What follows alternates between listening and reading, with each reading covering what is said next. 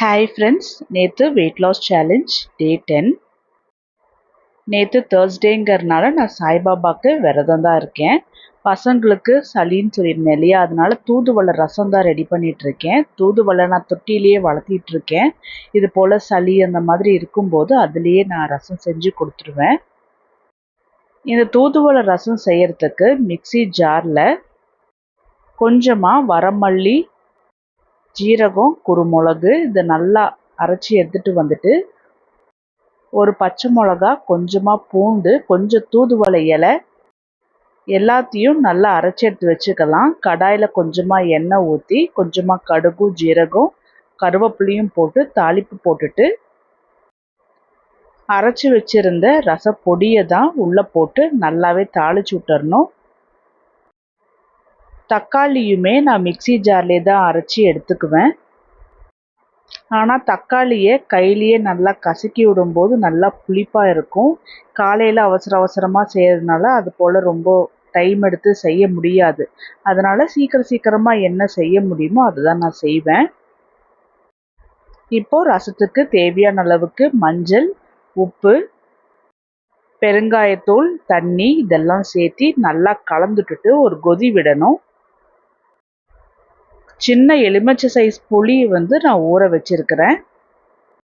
ரசத்தை நான் எப்போவுமே மீடியம் டு ஹை ஃப்ளேமில் கொதிக்க வைப்பேன். காலையில் பசங்களுக்கு டீயோ காஃபியோ இப்போ கொடுக்கறதில்ல சளி இருக்கிறதுனால. டெய்லியுமே சுக்குமல்லி காஃபி தானே கொடுக்குறோம் அப்படின்ட்டு நான் தூதுவளை ரசம் ரெடி பண்ணியிருக்கேன்.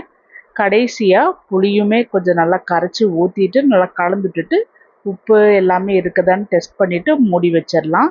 நல்லா கொதி வந்ததுக்கு அப்புறமா ஃப்ளேமை ஆஃப் பண்ணிவிட்டு கொத்தமல்லியை சின்ன சின்னதாக கட் பண்ணி இது போல் கலந்துட்டுட்டு மூடி வச்சிடலாம்.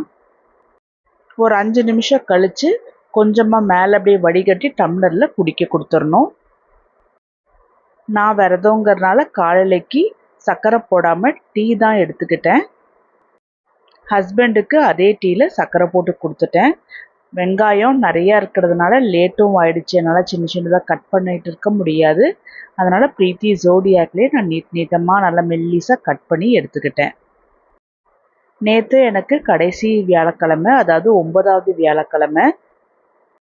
விரதத்தை பூர்த்தி செஞ்சு வைக்கிறதுக்காக நான் தக்காளி சாதமும் உருளைக்கிழங்கு பொரியலும் ரெடி பண்ணி ஒரு 7 பேர்த்துக்கு கொண்டு போய் கொடுக்கலாம் அப்படின்ட்டு. ஸோ காலையிலையுமே அதே வீட்டில் இருக்கிறவங்களுக்கு கொடுத்துடலாம் அப்படின்ட்டு தான் ரெடி பண்ணிகிட்ருக்கேன். கொஞ்சம் எக்ஸ்ட்ராவாக செஞ்சிட்டோம் அப்படின்னா மத்தியானம் வேலை கொஞ்சம் மீதியாகும். மத்தியானத்துக்கு பொரியல் செய்கிறதுக்காக உருளைக்கிழங்க நான் வேக வச்சுட்டேன். காலையில் பசங்களுக்கும் ஹஸ்பண்டுக்கும் சைட் டிஷ்ஷுக்காக நான் உருளைக்கிழங்க தோல் உரிச்சிட்ருக்கேன். இதை நான் என்ன செய்வேன்னா சின்ன சின்னதாக கட் பண்ணி ஃப்ரை தான் பண்ணுவேன். ஆனால் சாயந்தரம் கொண்டு போய் கொடுக்கறதுக்கு கல்யாண வீட்டு உருளைக்கிழங்கு பொரியல் இருக்கு இல்லையா, அது போல் ரெடி பண்ணிவிட்டு தக்காளி சாதத்தோடு கொடுத்துட்டோம் அப்படின்னு நல்லா டேஸ்ட்டாகவும் இருக்கும். உங்களில் எத்தனை பேர் சாய்பாபா இந்த 9 வியாழக்கிழமை விரதம் இருக்கிறீங்கிறத சொல்லுங்கள். இது எனக்கு ஃபஸ்ட் டைம் கிடையாது. நான் ரொம்ப வருஷமாக சாய்பாபாவுக்கு இது போல் விட்டு விட்டு விரதம் இருந்துட்டு தான் இருப்பேன். என்னோட எக்ஸ்பீரியன்ஸில் நம்ம ஏதாவது ஒன்று நினைக்கிறோம், இல்லை நம்மளுக்கு ஏதாவது காரியம் ஆகணும் அப்படின்னா ஃபஸ்ட்டு வியாழக்கிழமை ஆரம்பிக்கும்போது அதுக்கு உண்டான வழியே நமக்கு தெரியாது.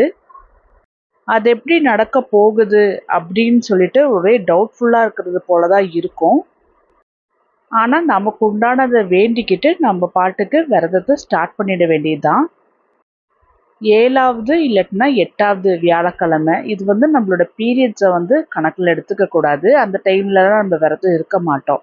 ஸோ நம்ம கரெக்டாக ஒரு வியாழக்கிழமை, 2வது வியாழக்கிழமைன்னு ஒரு 8வது வியாழக்கிழமைக்குள்ளேயே நம்ம என்ன வேண்டுதல் வைக்கிறோமோ அது நிறைவேறியிருக்கு. அதே போல தான் இந்த தடவை 7வது வியாழக்கிழமையிலேயே நான் வேண்டினது நிறைவேறிடுச்சு. நிஜமாலுமே அதை நான் ஸ்டார்ட் பண்ணும்போது எப்படி எனக்கு அந்த பிரச்சனை சால்வ் ஆகுமா அப்படின்னு எனக்கு ரொம்ப டவுட்டாக இருந்தது. ஆனால் கடவுள் நமக்கு நல்ல வழி காமிச்சு நம்மளை கரெக்டான பாதையில் எடுத்துகிட்டு போயிட்டு நமக்கு அந்த ரிசல்ட்டை கொடுத்துருவாரு. நேற்று நான் என்ன சாப்பிட்டேன்னு உங்கள் கூட ஷேர் பண்ணிக்கிறேன். காலையில் எந்திரிச்ச உடனே நான் சர்க்கரை போடாமல் டீ தான் எடுத்துக்கிட்டேன். அப்புறம் காலையிலைக்கு ஜீரக தண்ணியும் தர்பூசணியும் தான் எடுத்துக்கிட்டேன். மத்தியானம் அப்படியே இந்த சமையல்லாம் செஞ்சுக்கிட்டு திரும்பவுமே சர்க்கரை போடாமல் டீ ஒரு டம்ளர் எடுத்துக்கிட்டேன். பசங்களை ஸ்கூல்ல இருந்தெல்லாம் கூட்டிட்டு வந்துட்டு பூஜையுமே எல்லாம் முடிச்சுட்டு சாயந்தரம் ஒரு 5:30 6 மணி டைமில் தர்பூசணி எடுத்துட்டு ரெடி பண்ணி வச்சுருந்த சாதம் இந்த பொரியல் எல்லாமே பேக் பண்ணி சாய்பாபா கோயிலுக்கு போயிட்டு அப்படியே எல்லாருக்கும் டிஸ்ட்ரிபியூட் பண்ணிட்டு வந்துட்டேன். ஆனால் இது எல்லாமே உங்களுக்கு நான் வீடியோவாக ஷேர் பண்ணலை. ஆனால் 9 வியாழக்கிழமை முடியும் போது என்னெல்லாம் நம்ம ப்ரொசீஜர் செய்யணுமோ அதெல்லாமே நான் கம்ப்ளீட்டாக முடிச்சிட்டேன். இனி அடுத்த வியாழக்கிழமை நம்மளுக்கு என்ன வேண்டுதல் வேணுமோ அது நம்ம திரும்பவும் ஸ்டார்ட் பண்ணிக்கலாம்.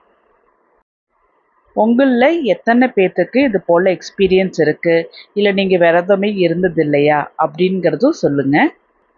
நாளைக்கு வேறு வீடியோவில் பார்க்கலாம். பை.